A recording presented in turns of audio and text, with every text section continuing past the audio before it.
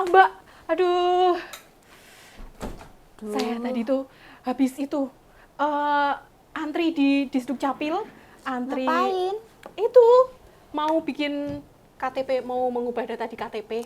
Tapi ternyata semuanya sudah bisa online. Aduh. Duh, ini loh Jeng, udah tahun 2022, udah ada Bantulpedia juga loh. Masa iya masih harus ngantri ke sana? Ternyata semuanya bisa di tangan kita ya, bisa Jelas. melalui HP aja. Di Bantulpedia ya? Iya, Bantulpedia. Oke, langsung aja ya kita Siap. mulai ngobrol-ngobrol kita pagi ini.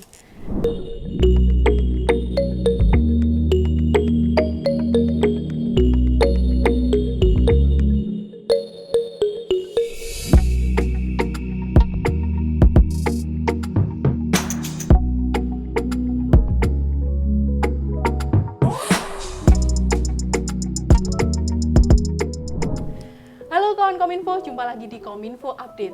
Nah, hari ini kita sudah kedatangan tamu, walaupun saya yang telat ya. Tapi nggak apa-apa. Ini nanti kita akan membahas seputar Bantul Smart City. Ya, tadi saya barusan antri di Disdukcapil. Ternyata semuanya sudah bisa melalui HP, melalui gawai ya. Dan sekarang kita sudah bersama dengan Subkoordinator Kelompok Substansi Tata Kelola E-Government di bidang Tata Kelola E-Gov, Aplikasi Informatika dan Data Statistik Dinas Kominfo Kabupaten Bantul. Selamat pagi. Ya, selamat pagi. Bagaimana kabarnya Ibu Ida Sekarsari? Alhamdulillah, selamat pagi Mbak Gali, sehat. Alhamdulillah sehat. Ya, ini kayaknya terpancar aura yang sangat positif ya, sangat bahagia. Ini sepertinya ada, nanti kita akan ngomongin sesuatu yang menarik ini kayaknya ya. Jangan yang rumit-rumit tapi ya. Oke, siap. Ini kita langsung saja ya. Kita mau gimana? ngomongin Bantul sebagai kota smart city, nggak usah tambahin kota ya. Bantul sebagai kabupaten smart city. Sebagai kabupaten cerdas ya. Oh iya, itu seperti apa, boleh dijelaskan? Bantul sebagai kabupaten cerdas atau smart city itu intinya kalau smart city itu mungkin selama ini orang ngiranya smart city itu adalah aplikasi, adalah sistem gitu. Padahal Iya. sebenarnya bukan seperti itu ya, teman-teman. Smart city itu intinya adalah inovasi. Jadi tidak harus aplikasi karena aplikasi hanya sebagai enabler saja gitu. Kemudian apa sih smart city itu? Itu kira-kira adalah bagaimana suatu kabupaten itu dapat menyelesaikan permasalahan di kota atau kabupaten tersebut untuk meningkatkan taraf hidup masyarakat dan kemudian menggunakan teknologi sebagai perantaranya. Kurang lebih seperti itu. Oh iya, berarti smart city itu tidak melulu aplikasi ya, karena kemarin saya juga pernah lihat inovasi di Dinas Pertanian yang seperti menjemur. Iya, si Perkasa, ya, menjemur program penjemuran gabah. padi, iya, betul. Itu dengan teknologi yang seperti dikasih terpal itu ya, itu juga termasuk di program smart city. Termasuk smart city, termasuk juga kalau di Dinas Lingkungan Hidup ada pemilahan sampah atau yang dinamakan jejaring pengelolaan sampah mandiri, itu juga tidak ada hubungannya dengan IT, tetapi itu merupakan salah satu program smart city. Nah, apalagi yang kaitannya dengan aplikasi, Bantul sudah punya aplikasi-aplikasi handal untuk mendukung smart city. Oh ya, dan termasuk juga yang di Bantul juga aplikasinya sudah juga diintegrasikan. Sudah terintegrasi. Oke, baiklah. Ini kayaknya menarik sekali ya. Ternyata Bantul sudah perkembangannya sudah mulai ini ya. Jadi kalau Bantul sebagai smart city itu mulai dari tahun Bantul mengikuti gerakan 100 Smart City mulai tahun 2018. Dari tahun 2018 ada semacam assessment dari Kementerian Kominfo, kemudian Bantul bisa masuk menjadi salah satu dari 100 kabupaten kota yang mengikuti gerakan 100 Smart City. Dan dalam kurun waktu dari 2018 sampai 2022 ini ya, kita sudah menyusun master plan Smart City juga, kita mempunyai tim Dewan Smart City juga, di mana di situ ada juga akademisi dan juga praktisi sebagai Dewan Smart City yang mengarahkan kita harus seperti apa untuk mewujudkan Bantul Smart City. Wow, berarti sudah banyak sekali aktor-aktor di Bantul Smart City di Bantul ini ya. Kemudian bagaimana perkembangannya dari dulu di tahun 2018 sampai di tahun 2022 saat ini seperti apa? Di Smart City sendiri kalau kita biasa mengenal ada 6 dimensi di Smart City. Di Smart City itu ada Smart Governance, kemudian ada Smart Economy, Smart Branding, Smart Living, Smart Environment, dan satu lagi Smart Society. Nah, Smart Governance itu bagaimana kita mewujudkan tata pemerintahan yang cerdas, kemudian Smart Branding itu bagaimana inovasi Kabupaten Bantul untuk bisa mempromosikan Kabupaten Bantul di luar. Kemudian kalau Smart Economy itu bagaimana mewujudkan ekosistem perekonomian yang bagus.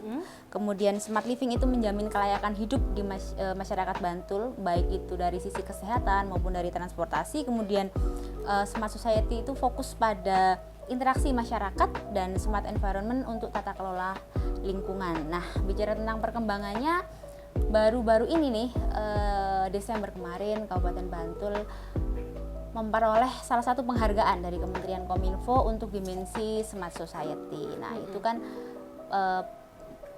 dari penghargaan tersebut bisa dikatakan Bantul sudah fokus untuk pengembangan Smart City, utamanya di dimensi Smart Society ya, melalui program-programnya. Nah, program-programnya apa aja sih? Ya nggak melulu IT juga gitu, Kak. Ada juga program-program pengentasan kemiskinan seperti yang ada di Kapanewon Sewon. Ada gerakan Madu Manis, itu juga masuk dalam salah satu program Smart City dalam dimensi Smart Society. Nah, kemudian kalau cerita lagi nih, boleh dong ya? Boleh. Bangga dikit ya. Bicara soal Smart Governance, karena Smart Governance itu ada kaitannya dengan tata kelola pemerintahan nih. Wah, kita juga baru saja memperoleh penghargaan dengan predikat yang sangat baik, karena se-Indonesia itu tingkat kementerian, kabupaten maupun provinsi hanya ada 9 instansi yang memperoleh predikat sangat baik untuk indeks sistem pemerintahan berbasis elektronik atau SPBE. Dan untuk tingkat kabupaten, alhamdulillah nih Bantul kita dapat predikat yang sangat baik, mempunyai indeks tertinggi 3,62. Wow, berarti itu ya termasuk kabupaten kota terbaik untuk indeks SPBE. Untuk indeks SPBE. Nah, ini SPBE itu kalau kita taunya SPBU ya, itu apa sih? Itu teman dekat, akrab. Dulu sih saudara. Oh iya, boleh diceritakan juga itu SPBE itu seperti apa? SPBE ini kaitannya dengan bagaimana tata kelola pemerintahan berbasis IT. Ada beberapa dimensi kaitannya dengan SPBE, yaitu kaitan dengan kebijakan. Artinya di Bantul sudah cukup mempunyai kebijakan yang baik dalam pengelolaan pemerintahan yang berbasis elektronik. Kemudian ada juga tentang pengelolaan TIK. Ada domain manajemen juga, kemudian ada domain layanan publik, dan ada juga domain tata kelola. Dari 4 domain itu alhamdulillah Bantul dinilai sudah baik ya. Kalau dari sisi kebijakan tentunya kita sudah punya banyak regulasi untuk diterapkan dan harus dipatuhi oleh masyarakat. Kemudian masyarakat dan pemerintah juga, dan OPD juga. Kemudian dari sisi layanan publik dan layanan pemerintahan, di layanan pemerintahan sendiri kita udah punya banyak aplikasi yang diakui. Dalam artian aplikasi tersebut sudah terintegrasi dengan aplikasi lain. Kemudian dari sisi kematangan ya, kalau di SPBE kan ada tingkat kematangan nih. Iya. Itu sampai pada level optimum atau sampai pada level maksimal yang terbaik, itu seperti layanan JDIH, Jejaring Informasi Hukum. Ya, itu punya Kabupaten Bantul sudah terintegrasi dengan JDIH nasional. Kemudian kita juga punya aplikasi yang layanan pemerintahan, itu aplikasi untuk perencanaan, penganggaran, itu juga sudah saling terintegrasi. Kemudian untuk layanan publik kita punya banyak sekali aplikasi-aplikasi terintegrasi, diantaranya ada DJS layanan kesehatan, kemudian aplikasi Dukcapil Smart, kemudian ada juga aplikasi perizinan online, dan akhirnya semua aplikasi itu muaranya terintegrasi dalam satu aplikasi besar, yaitu Bantulpedia. Oh, Bantulpedia ya. Berarti SPBE itu tadi sistem pemerintahan berbasis elektronik. Wow, sangat rumit ya, tapi Bantul bisa ini menjadi kabupaten terbaik dengan kategori sangat baik. Sangat baik, wow. Ya tentunya itu karena kerjasama dengan semua OPD juga. Bukan hanya pekerjaan Kominfo, tetapi itu pekerjaan dari semua OPD. Oh. Terus kemudian kalau dari pemerintah Kabupaten Bantul nih untuk mewujudkan Bantul Smart City-nya itu seperti apa upayanya? Dari sisi pemerintahan, kalau kita melihat dari sisi pemerintahan tentunya dengan memaksimalkan layanan publik yang efektif, yang efisien, yang mudah bagi masyarakat. Misalnya masyarakat seperti tadi, sampai harus terlambat datang ke sini, saya sudah sejam nunggunya, kopinya udah dingin kan. Oh iya. Cuma gara-gara ngantri di Capil. Coba lebih melek sedikit sama teknologi gitu ya. Oh iya ya. Download aplikasi yang kita punya gitu, jadinya kan nggak perlu terlambat lagi. Nah, itu salah satu wujud komitmen pemerintah dengan melakukan inovasi-inovasi dari berbagai layanan publik sehingga masyarakat tidak perlu susah untuk mengakses berbagai macam layanan yang dimiliki oleh pemerintah Kabupaten Bantul. Oh, ya. Oke, terus siapa saja sih yang memegang peranan penting untuk mewujudkan itu tadi? Aktor-aktor yang memegang peranan penting mewujudkan Smart City itu ada 3. Yang pertama adalah pemerintah itu sendiri, Iya. kemudian masyarakat yang tentunya sebagai pengguna, dan juga sektor swasta. Karena sektor swasta kenapa ikut berperan ya? Jelas karena banyak sekali juga sumbangsih dari swasta untuk kemajuan Bantul melalui berbagai CSR misalnya, seperti itu contohnya. Tanpa menyebut merek nih, tanpa menyebut CSR-nya dari mana, itu apa aja yang sudah mereka berikan untuk Bantul? Ada CCTV, kemudian ada juga fiber optik, ada juga aplikasi, banyak sekali. Yang itu tentunya sangat mendukung sekali upaya Bantul untuk terus berkomitmen mewujudkan Bantul Smart City. Oh iya, berarti swasta itu juga banyak sekali ya kontribusinya. CCTV berarti yang ada di beberapa tempat wisata itu juga ya? Ada di bendungan apa ya, saya lupa. Oh iya, Ya. Itu ada beberapa di bendungan karena nanti kalau ada airnya naik gitu ya, seperti sekarang kan musim hujan. Terus aplikasi, berarti aplikasi juga swasta juga memberikan. Ada juga CSR berwujud aplikasi, tapi itu masih rahasia karena belum di launch. Oke, baik. Berarti ini ada kesempatan lagi untuk ngobrol-ngobrol di sini. Nanti kalau ada sudah di launching aplikasinya ini apa ya? Bisa, tapi nanti ada hitungannya ya. Aduh, begitu ya ini ya. Dan ini, kalau tadi kan ada pemerintah, ada swasta, dan ada masyarakat. Seperti apa kontribusi masyarakat itu untuk mewujudkan Bantul sebagai Smart City? Justru sebenarnya masyarakat inilah aktor utamanya ya. Masyarakat aktor utamanya karena usernya sendiri yang langsung kan adalah masyarakat ya. Nah, seperti apa sih peran serta masyarakat? Itu bisa melalui berbagai hal. Pertama, kita ambil contoh, masyarakat bisa berpartisipasi dalam pembangunan melalui penyampaian aspirasi.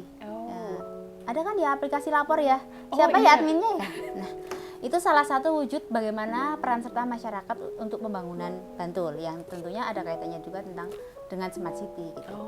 Apa yang masyarakat inginkan, ada permasalahan apa, dapat disampaikan langsung kepada pemerintah, kemudian pemerintah dapat menindaklanjuti. Itu salah satu contoh peran serta masyarakat. Yang kedua, memberikan pemahaman ke masyarakat tentang perkembangan teknologi gitu. Kita sudah punya aplikasi bagus, kita punya berbagai macam infrastruktur, tetapi masyarakat masih belum paham itu untuk apa gitu. Misalnya harus tetap ngantri kayak tadi. Nah, itu kan perlu juga nih kita memberikan pemahaman ke masyarakat untuk lebih melek dan paham teknologi. Nah, itu. Kemudian satu lagi contoh peran serta masyarakat itu adalah masyarakat itu mau berkomitmen untuk menjaga apa yang sudah kita punya, menjaga apa yang sudah kita punya itu misalnya dari sisi infrastruktur dan juga lingkungan. Karena kalau misalnya kita udah punya lingkungan yang bagus, masyarakatnya masih buang sampah sembarangan, masih suka coret-coret di dinding di sana sini, ya itu tetap aja masyarakatnya nggak smart. Ya, betul sekali, masyarakat itu juga harus smart. Kita juga harus bersama-sama untuk menjaga semuanya, menjaga infrastruktur agar apa yang sudah dibentuk, apa yang sudah dibangun oleh pemerintah itu juga semuanya tetap berkembang dengan baik, tetap terjaga. Nah, ini pertanyaan yang terakhir. Kirain masih ada 5 lagi. Alhamdulillah. Belajarnya udah semalaman ya. Iya, contekannya udah banyak. Oke, rencana Smart City ke depan seperti apa? Rencana ke depan pastinya Smart City ini tidak ada muaranya Semua terus berkelanjutan. Rencana ke depan seperti apa? Tentunya menjaga keberlanjutan dari program-program Smart City yang sudah ada dan tersebar di seluruh OPD Kabupaten Bantul. Itu. Terus kemudian terus berkomitmen juga untuk meningkatkan kualitas hidup masyarakatnya melalui berbagai program-program itu tadi. Dan pastinya terus berinovasi karena intinya Smart City adalah inovasi. Ya, berarti Smart City adalah inovasi dalam menyelesaikan berbagai permasalahan di kabupaten atau di daerah untuk meningkatkan kualitas hidup masyarakat. Nah, jadi kita sebagai warga masyarakat di Kabupaten Bantul, jadilah masyarakat yang smart ya. Nah, sekian tadi perjumpaan kita kali ini, dan sampai jumpa lagi di Kominfo Update selanjutnya. Jangan lupa untuk follow kami untuk ikuti media sosial Dinas Kominfo Kabupaten Bantul, dan juga subscribe di Bantul TV. Sampai jumpa!